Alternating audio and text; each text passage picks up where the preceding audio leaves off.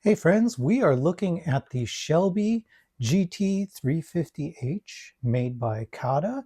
This is CaDA set number C51093W with 291 pieces. And this is a remote control car. So in this video, we're going to look at the model itself. We'll look carefully at how it's assembled, and then we will look at the remote and we will drive this thing on the ground and see it in action. Okay, so starting with this 360 here, you can see that it is about a 1/20th scale is what it says on the box, and that does sound about right based on the size that we see here. Here it is with a minifigure. You can kind of see the scale there. The minifigure is much too small, I think, for the car. And this car is much larger than what you would see with, say, Speed Champion. So it's definitely a larger car. And you can see that it has the iconic yellow stripes. And then in the real Shelby GT350, these are actually should be gold stripes on it, but they've brick built it with yellow here. For comparison, here's the other model that CaDA makes. It's the more of a Speed Champion style car. It's not RC, it's just a plain car. And I have unboxings for both of these as well as reviews for both of these, but you can see the scale difference.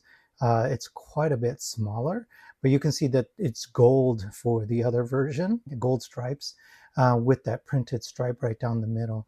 But yeah, you can see that it's definitely a different scale altogether. And for the radio controlled car, it looks like what they've done is they've saved some money probably by going with yellow instead of gold. And if you saw the unboxing, you'll see that most of this build is a radio controlled box, and it's an all-in-one. So it's right here, this box underneath. This entire chassis or foundation for this car is a one piece that goes all the way up to maybe your shoulder line right here, right there. And it has the battery, it has motors for the drive, and then it has motors for the servo that steers, and then it also has the receiver for the radio. So there's a lot going on, and what that does is it actually ends up making this a very heavy model in comparison. It also makes it look a little blockier just because it's built around a literal block. All right, and then let's zoom in just a little bit to take a closer look. So looking at the details, you can see it does have that hood scoop, and everything is yellow here, and they achieve that black line just with a decal that runs along the center and then all the way through. I do like the way they handled the windshield. It has this kind of convincing muscle car style windshield where it's a little thinner, maybe it's chrome, that kind of thing. The window looks good here on the side. Normally I'm not a fan of the side windows, but they did a good job there. This little fastback window is a sticker, it's a decal, but it looks okay. And then for the back window, what they did was it's just these long transparent slope pieces, and they've added a decal that runs across the top as well as on the bottom, and you can see the colors don't quite match, right? So where it should be yellow, it's a really dark color because it's just not I think the sticker itself must have been translucent. It's just not dark enough of a sticker. It doesn't match. It really should look yellow all the way across. Not to mention that the transparency here, it's a little strange because you see all of the tubes from the anti-stud side of the brick. We see our tail lights, we see the gas, I think that's the gas fill, and then a license plate. Oh, I almost forgot to thank my buddy Davey. He's the one who built this one for me. From time to time, I have him help me, so I really appreciate him building it for me. And then you could see that for the wheels, the fronts are actually inset a little bit versus the back. They're out. They're pushed out just slightly. We're using these little clip pieces for the door handles, and then these pieces for side view mirrors. I don't mind them because sometimes side view mirrors get a little bit fussy on these models, and having one that you can't accidentally knock off. I kind of like. On the very front, we'll see here that there's these uh, turn indicators as well as the headlights. And you can go back and watch my unboxing video to kind of see where some of the unusual parts are for this car, because there were some unusual things happening for some of the elements.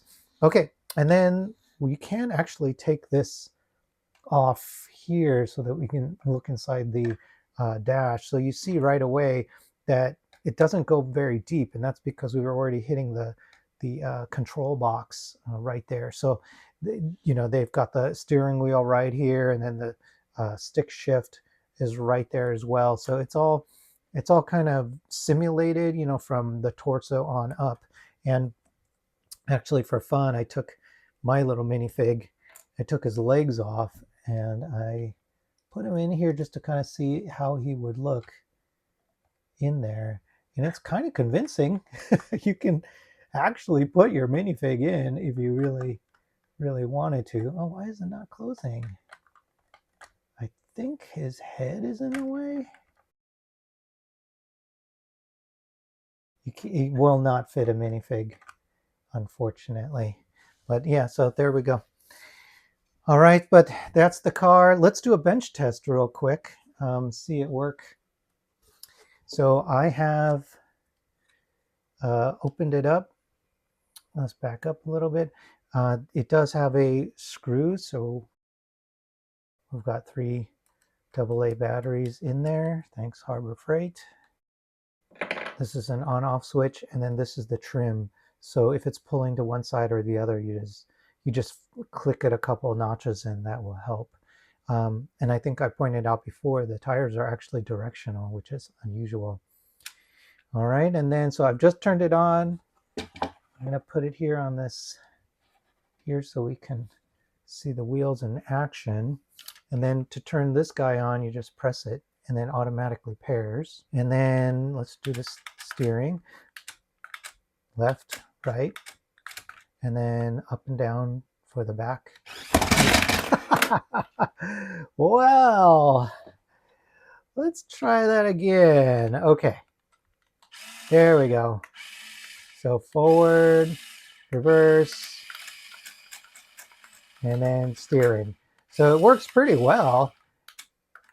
I just noticed that it tends to stick. So if I turn right, the tire sticks to the right. It's still kind of pointed that direction until I go and unstick it. So I'm not sure why it's doing that.